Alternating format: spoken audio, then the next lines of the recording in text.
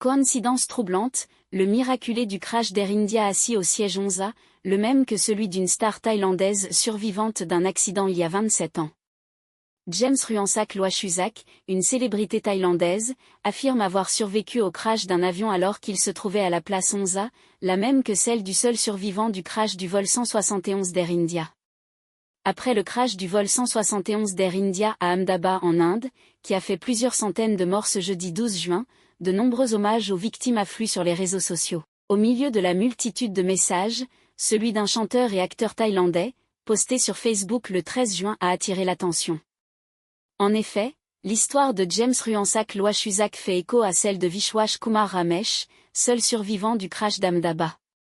Ce quadragénaire miraculé installé au Royaume-Uni était venu rendre visite à sa famille.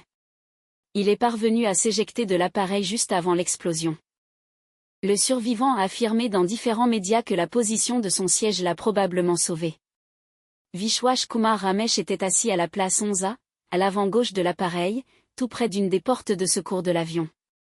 Une place porte-bonheur ?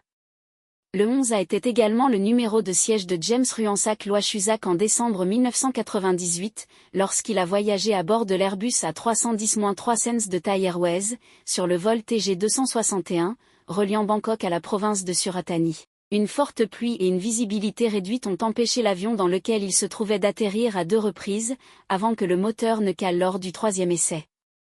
L'appareil, alors incontrôlable, s'est écrasé après avoir heurté une tour de contrôle, faisant 101 morts et 45 blessés. James Ruangsak Loachusak s'en est tiré avec des côtes fracturées, un traumatisme à la colonne vertébrale et une hémorragie cérébrale. Il a passé plus d'1 an en convalescence. Survivant d'un accident d'avion en Inde. Il était assis sur le même siège que moi. 11A, a écrit l'artiste sur Facebook. Son témoignage a suscité l'intérêt des médias, nationaux mais aussi étrangers.